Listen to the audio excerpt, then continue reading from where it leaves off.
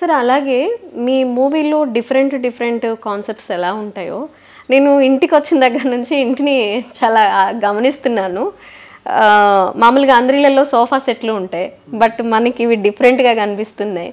So ఇంట్లో కొన్ని కొన్ని ఐటమ్స్ కూడా చాలా, ఇది మీ ఐడియాలజీయేనా సార్? 100% అండి. ఇది ఏంటంటే ఈ సోఫా సెట్ ఉంది కదా, ఇది వెదురు బొంగులండి.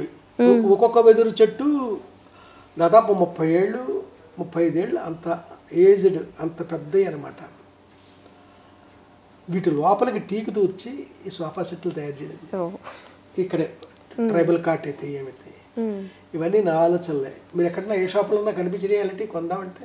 లేదు సార్, అందుకే అడిగాను. ఇవన్నీ నావే. ఇక్కడ ప్రతిదీ నేను సర్దుకున్నదే, నేను తెచ్చుకున్నదే సార్. అలాగే ఇప్పుడు నెక్స్ట్ మీరు కొత్త మూవీతో రాబోతున్నారు అంటున్నారు కదా, సో ఆ మూవీలో మీతో పాటు గతంలో కొన్ని సినిమాల్లో చేసిన వాళ్ళకి క్యారెక్టర్స్ ఇచ్చే అవకాశం ఉందా?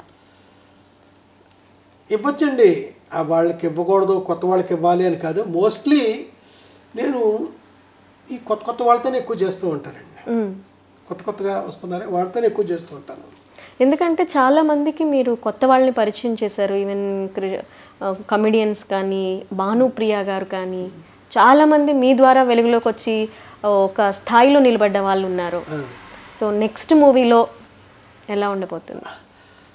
మోస్ట్లీ నేను ఈ పాపులర్గా ఆల్రెడీ వెలుగుతున్న వాళ్ళు ఎందుకులే అంటే ఆయన చిన్న చిన్న సినిమాలు కదా,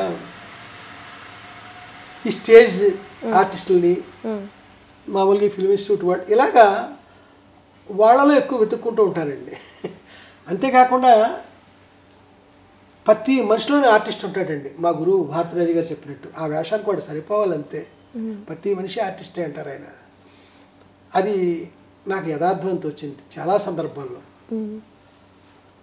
ఒక అతను బర్మా బజార్ నుంచి, ఇది మాట్లాడి చెన్నై గురించి, సెంటు బాటిల్స్ తెచ్చుకుని సినిమా కంపెనీలో అమ్ముకుంటూ ఉంటాడు.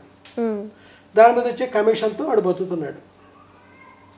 ఒక రోజుని నేను తీస్తున్న ఒక కొత్త సినిమా ఆఫీస్కి వచ్చాడు అతను. అతనికే చూసి సినిమాలో వేషం వేస్తావా అన్నాను. వాడు తమిళ్లో, లేదు సార్ నేను ఈ సెంటు బాటిల్స్ అమ్ముకుంటూ ఉంటాను, నువ్వేమన్నా చెయ్యి సినిమాలో వేషం వేస్తావా ఏదో చెప్తున్నాడు అతను. అతనితోనే పెద్ద వేషం ఇచ్చానండి.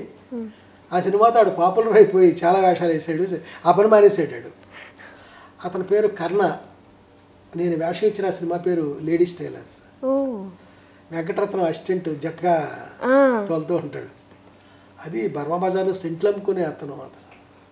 చాలా మందికి లైఫ్ ఇచ్చారు. అన్ని లైఫ్ కాదండి, వాళ్ళలో నేను ఆర్టిస్ట్ని చూస్తే వాళ్ళతో వేషం చేంజ్ తీరుతాను అంతే. ఆర్టిస్ట్ అంటే నా కథ, నా క్యారెక్టర్కి సూట్ అయ్యే ఆర్టిస్ట్. ఇందాక చెప్పాను, మా గురువుగారు చెప్పారు ప్రతి వాళ్ళు ఆర్టిస్ట్ ఉంటాడు కదండి. అంతేనండి, నా క్యారెక్టర్గా ఆ మనిషి షూట్ అవుతాడంటే పని కట్టుకుని వాళ్ళ ఇంటికి వెళ్ళిపోతాను, వాళ్ళు ఎక్కడికి ఉంటే అక్కడికి వెళ్ళిపోతాను, వాళ్ళని సతాయిస్తాను, చాలా చేస్తాను. మీ డైరెక్ట్ ఫిల్మ్ అయినటువంటి సితారాలో భానుప్రియ గారిని ఫస్ట్ టైం ఇంట్రడ్యూస్ చేశారు కదా సార్. సో మళ్ళీ మీ మూవీలో మేము భానుప్రియ గారిని ఎక్స్పెక్ట్ చేయొచ్చా? ఏమో తెలియదండి. ఆ వేషాలకి ఆవిడ ఆవిడకి సూట్ అయ్యే వేషం నా దగ్గర ఉంటే, అది చేయడానికి ఆవిడ ఒప్పుకుంటే చేయొచ్చు. ఏముంది.